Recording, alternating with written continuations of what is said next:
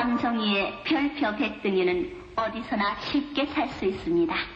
당신에게 아름다움을 선사하는 신제품 아모레 담이나 화장품. 에리트 학생은 언제나 모범생입니다. 단정하고 자랑스런 에리트 학생 복지 개인 합성 에리트.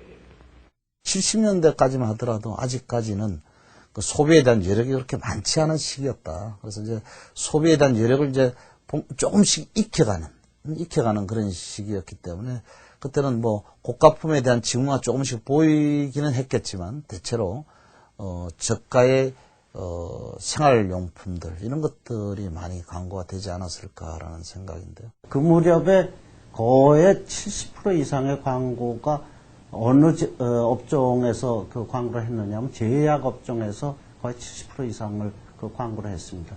그러면 그러다가 이제 1970년대 들어서면서부터 이제 그게 제약 업종에서부터 업종이 좀 다변화되기 시작을 한 거죠. 생활용품이라든가 제과 업종이라든가 이런 것들이 이제 화장품이라든가 이런 것들이 등장하면서 이제 광고 품목이 다양화되기 시작을 했고. 전문적으로 이제 그 식음료 쪽에 제과 광고, 우리나라 광고였던 광고 형태의 화법의 깃들이 되었던 그런 이제 제과 광고들이 주류를 차지했었고, 그다음 이제 가전제품이 좀 나오기 시작을 합니다. 70년대 뭐 초반까지만 해도 뭐 전형적인 공급자 중심의 시장이었습니다. 그래서 뭐 물건을 만들면 만드는 대로 다 팔려 나가는 시절이었기 때문에 광고가 어떤 수요를 자극하거나 어떤 경쟁사보다 더 많이 팔기 위한 뭐 치열한 광고전이 전개되지는 않았고요. 70년대 후반 들면서 이제 시장 수요도 늘어나고 대한전선, 금성사, 삼성전자 간에 이제 광고전이 치열하게 전개됐는데 아마 대표적인 사례는 77년인가요? 77년에 있었던 아마 냉장고 서리 논쟁일 겁니다. 일명 별들의 전쟁이라 불렸던 가전제품 생산업체 간의 광고 경쟁. 당시 냉장고에 성에가 끼느냐, 그렇지 않느냐에 대한 논쟁으로 같은 제품에 대한 서로 다른 광고 경쟁이 일어나기도 했습니다. 가지수도 많아지고 또 비슷한 어떤 특징을 가진 그 경쟁 제품들이 많아지다 보니까 더더욱이나 이제 생산자 입장에서는 경쟁을 더욱더 크게 의식을 하게 되죠. 그런 단계로 돌입하게 됩니다. 잔이 그렇게 되다 보면은 광고의 이제 패턴도 달라지게 되는 것이죠. 그래서 독과점 시대 이제 광고 품목들의 광고 패턴은 대부분이 우리 제품이 이런 좋은 점을 가지고 있다. 구매해봐라. 이런 식으로 이제 형성이 되는 반면에 경쟁을 의식하게 되면 이제 그것보다는 어떻게 우리 제품을 좋은 이미지로 소비자의 머릿속에 이제 각인시킬 것인가. 이제 광고 용어로 이제 포지셔닝이라고 하는데 그런 것에 당연히 이제 생산자가 관심을 끌 수밖에 없다는 것이죠. 왜냐하면 기능 가지고는 그렇게 이제 차별화가 되지 않는다는 것입니다. 그 전까지는 어땠는가 하면 물건이 부족하던 시대니까 물건이 있다 하는 것만 알리면 되었단 말이에요. 그런데 그 다음에 경쟁이 치열해지니까 어떤 거니 이 물건이 어째서 좋다 하는 걸 알려야 된단 말이에요. 그래서 광고도 어떻게 되는가 하면 창의력을 발휘해야 된다 하는 얘기가 나오게 됩니다. 제품이 다양해지자 소비자들의 선택의 폭이 넓어집니다. 결국 기업들은 제품의 차별성을 강조하게 되고 그 하나의 방법으로 등장한 것이 누구나 쉽게 따라 부를 수 있는 CM송을 통한 광고 전략이었습니다. 당시 CM송이 다른 광고 전달 방식보다는 더 큰 영향력을 미쳤던 것은 여전히 70년대는 텔레비전이 보급되기 시작했지만 라디오라고 하는 매체가 상당히 큰 영향력을 가지고 있기 때문에 특히 오디오 중심의 광고 메시지 이런 부분들이 큰 위력을 발휘했기 때문에 CM송을 많이 차용을 했던 것 같거든요. 이 광고라는 게 자꾸 그 소비자들 머릿속에 자기네들 브랜드를 기억시키고 또 반복해서 생각나게 하고 그런 것이 이제 광고의 목적 중에 하나라면은 CM송이야말로 그런 역할을 아주 충분히 잘하고 있다 이렇게 볼 수 있죠.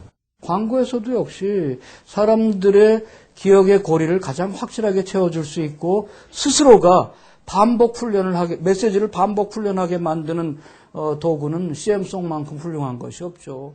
스스로가 복습을 계속 해야 되지 않습니까? 멜로디가 매력적이면은.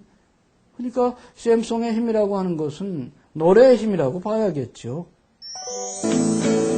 알아줄까 모를 거야 보여줄까 말해야지 우린 한 마음 오직 한 마음 뜨끔한 마음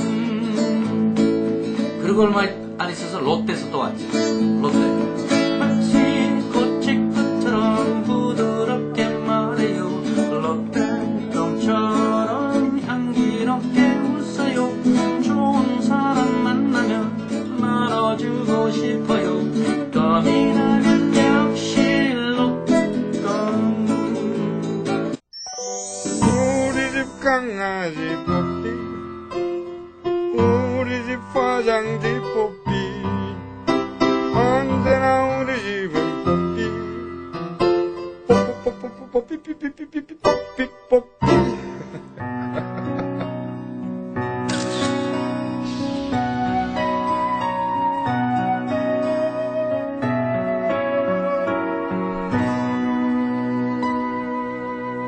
73년, 4년에 청년 문화라는 얘기가 나오지요. 그 상징하는 것이 청바지, 그 다음에 긴 머리, 장발, 그 다음에 아끼는 통기타. 이렇게 해가지고서 몇몇 분들이 저 청년 문화의 기수처럼 이렇게 나타나게 되는데, 그 때에 이제 정치적으로 보게 되면 저 긴급조치 1호, 2호 같은 것들이 이제 나오게 되거든요. 그래가지고서 언론뿐만 아니라 표현에 대한 규제가 아주 심해집니다. 그래가지고 이제 김도영 씨하고 그 다음에 윤영주 씨가 한때는 거기에 뭐인가 저촉돼가지고서 무대에 못 나왔을 거예요. 그러니까 이분들이 가지고 있는 재주는 그 광고, 노래를 작곡하는 재주는 있으니까 광고업계에서는 올싸 잘 됐다고서 그분들한테 부탁을 했죠. 그래서 그분들이 이제 70년대 말부터 이른바 CM송 작곡가로서 본격적인 데뷔를 하게 됩니다. 1975년 12월 2일 날 그 한국의 200명 연예인들이 구속되는 대마초 연예인 사건이 아마 우리 대중 문화 역사 속에 가장 큰 사건으로 기억이 될 텐데, 그때 제가 이제 바로 1호로 제가 구속이 되고, 사실 어떤 그 대중의 사랑을 받던 어떤 한 연예인으로서 한 넉 달 동안의 그 어떤 수감 생활은 나에게 정말 고통스러운 시간이었는데, 사실 그로 인해서 통기타 문화의 허리가 좀 끊기는 그런 암울한 시기를 맞게 되죠.